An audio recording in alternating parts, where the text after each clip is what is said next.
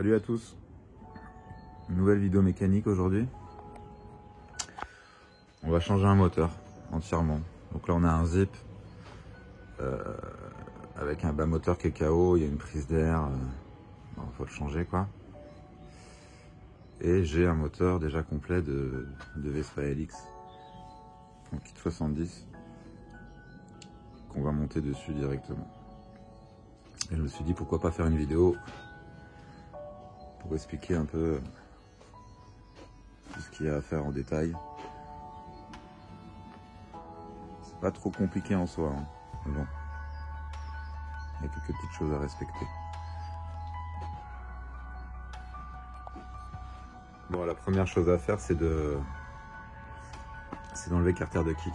Ça nous laisse plus de place pour la manip. Et puis il faut le faire de toute façon, on n'a pas le choix. Donc là, je l'ai enlevé. Donc le carter de kick, hein, c'est toutes les vis autour. Là, on a enlevé tous les boulons enlevés. On enlève le vario au pétard. L'embrayage, courroie de pompe à huile, la roue libre aussi. Et comme ça, déjà on est à nu ici. Ça permet donc après d'enlever la pompe à huile avec les deux vis. Ça là, ça là, on les enlève, on les tape bien avant de les enlever parce qu'on a tendance à foirer un peu. On les sort, enfin, on sort la pompe à huile. Comme ça elle est de côté. On n'a pas besoin de s'occuper de toutes les durites et tout. Elle marchait bien donc je la laisse. C'était même réglé un peu gras je crois. Enfin bref, on la met sur le côté. On fait pareil avec le démarreur électrique. Donc pour ça, il faut enlever la béquille centrale.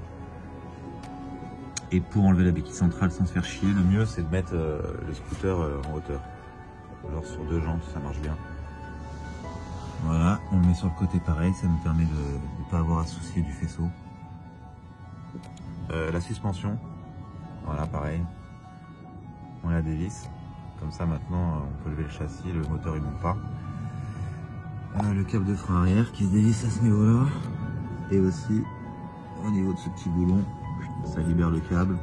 Là vous dévissez. Vous avez un petit maintien en 7. Ça dépend les versions, celui-là il est en 7. Vous tenez avec votre clé de 7 et ça vous permet de dévisser. Et comme ça du pareil il est sur le côté et on s'en occupe pas. De l'autre côté pareil on enlève l'échappement. Parce que si vous l'enlevez pas, il va bloquer au niveau du support moteur. On va pas voir ici, mais il faut enlever l'échappement. Et comme ça, il ne nous reste plus qu'à enlever faisceau électrique, carbu, enfin le câble d'axel. On n'a pas besoin de toucher au carbu, juste enlever le câble d'axel. Les durites d'essence. Et on est pas mal.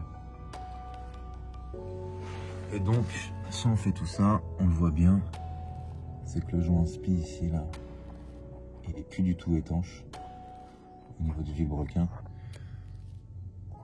Et donc ça, c'est ouverture du moteur, changement, roulement de vélo et joint spi. Hein. Ça fait 2 roulements, un vélo, 2 joints spi. Parce que côté allumage, il doit être pareil. Donc voilà, on fait pas ça pour rien. Donc de ce côté là on a enlevé l'échappement. On a enlevé anti-parasite, câble d'axel que je fais passer par ici une fois que j'ai dévissé du carbu. Comme ça les deux ils sont ici. Ils ne viendront pas avec le moteur quand on va le sortir. Le faisceau électrique qui est juste branché là. Ici là. Hop, on le débranche. Comme ça, de ce côté-là, on n'a plus rien qui est au moteur. En haut,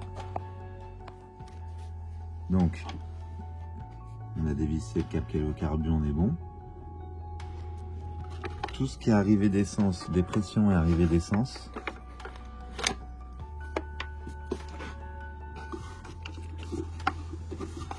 Ici. Voilà. Arrivée d'essence et la dépression qui sont branchés ici et ici sur le carbu. On les met là parce que là elles restent côté châssis, elles viennent pas avec le moteur.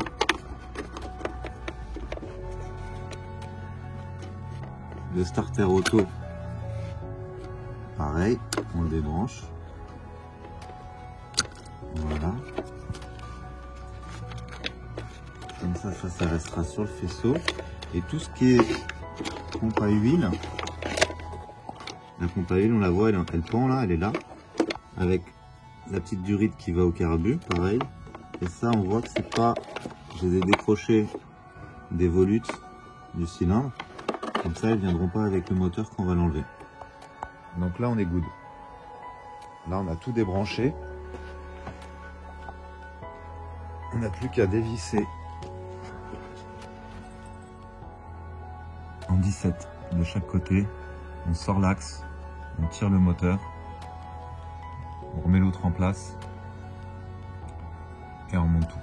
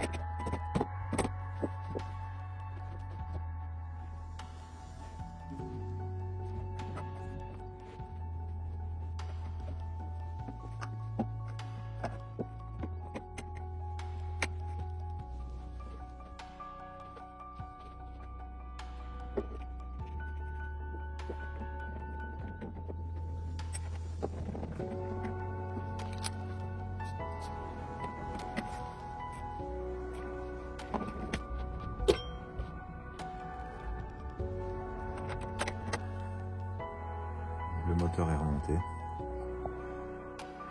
comme vous avez pu voir, j'ai sorti, j'ai remis le nouveau. Vous resserrez bien au niveau du support moteur, le balancier. Au niveau de l'amortisseur, pareil, bien serré. Faut pas les oublier, hein, c'est super important. Puis après, on remonte tout. Hein. Donc il y avait la pompe à huile qu'il fallait remettre. On mettait la pompe à huile, le vario, l'embrayage, le carter, le frein, la cape de frein. Ok. Il faudra peaufiner le réglage une fois qu'on essaiera le scooter. On voit que le frein est neuf. Il est déjà presque serré. Quand je freine, il sort bien. Avant de remettre la béquille, bien remettre le démarreur. La béquille centrale. Après, devant l'antiparasite. J'ai remis le cache, hein, mais bon, l'antiparasite. Le faisceau à rebrancher. Le câble d'accélérateur. Et tout ce qui se branche au carbu, hein, la durite de dépression, la durite d'essence, le starter automatique, la durite d'huile, bien la faire passer, qu'elle soit pas pincée. Et après, il nous restera à mettre l'échappement que j'ai pas encore remis parce que j'aimerais le remettre propre. C'est assez facile à faire. Donc c'est un pot touring. Je vais enlever le cache en plastique. Je vais le brosser. Je vais le taper un peu. Toute la rouille là. Ouais. Ça, quand on tape, ça part. Ouais, là, ça part. C'est vraiment de la rouille.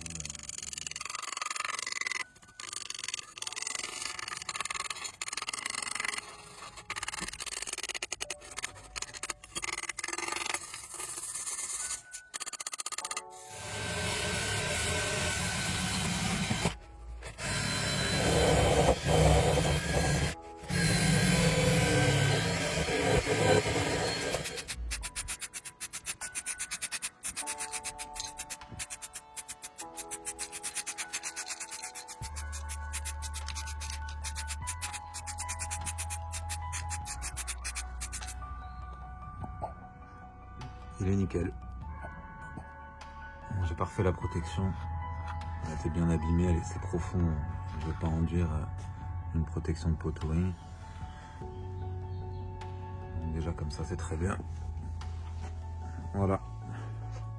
Petit changement de moteur. Petit kit 70.